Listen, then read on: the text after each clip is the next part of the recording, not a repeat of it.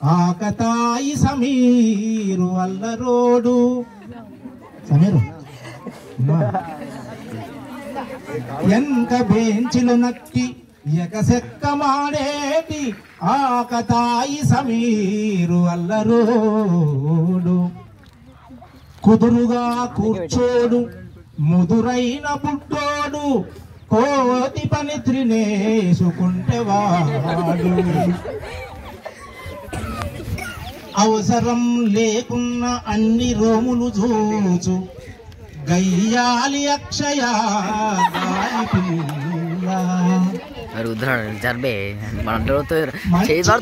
లొంకతో మంచి నీ లొంకతో మాటి మాటికి తిరుగు అర్చన మానస హారికం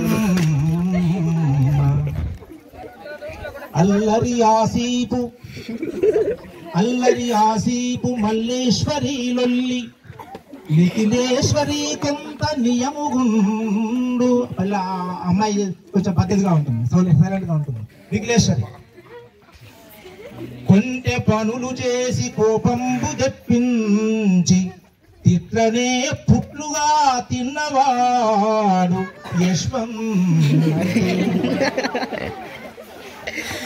కొంటె పనులు చేసి కోపాన యశ్వంతు తిట్లనే పుట్లుగా తిన్నవాడు పిలిచిన పల్కని అల్లరి ఎరుగని నందిని రమ్యలు నయములొప్పు.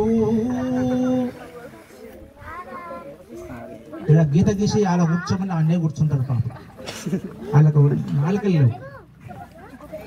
సాయి పాండులు కొంత చక్కగా చదివినా అప్పుడప్పుడు చేష్టలధిక మగును. పాఠశాలలో పాఠాలు పాతరేసి బ్యాడు రాతలు రాసేరు ప్యాడ్ల మీద.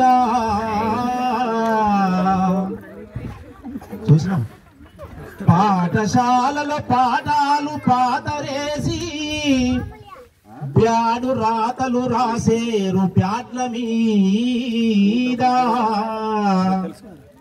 తెలిసి తెలియక రాసేరు చిలిపిరాత. ఎంత చెప్పిన వినలేని వింత వయసు. అయితే నక్కలరుపులు కోతుల తిక్క పనులు క్లాసు రూముల్లో ఇక నుండి కానరావు. వాళ్ళు పోతుడిగా నక్కలరుపులు కోతుల తిక్క పనులు క్లాసు రూముల్లో ఇక నుండి కానరావు. గిల్లి కజ్జాల గిజిగాళ్ళు గొల్లు ననుచు లొల్లి చేసెడి కాకులు ఇల్లు వదిలి వెళ్ళిపోతుంటే మాకెంతో హాయి హాయి. కానీ ఎంత అల్లరి తుల్లరి ఎంతయున్నా, ఎన్ని కష్టాలు బాధలు ఎన్ని ఉన్నా, మాకెన్ని కష్టాలు ఉన్నాయి ఇంటి దగ్గర. మా పిల్లలు చదువుతున్నారో ఏదో ఎక్కడెక్కడో వాళ్ళ వాళ్ళ స్కూళ్ళల్లో కళాశాలలో, కానీ మా మనసంతా మీ మీదే. ఎన్ని కష్టాలు బాధలు ఎన్ని ఉన్నా మీకు పాఠాలు చెప్పుటే మాకు హాయి. మీరు లేకున్న ఇచ్చోట మేము లేము.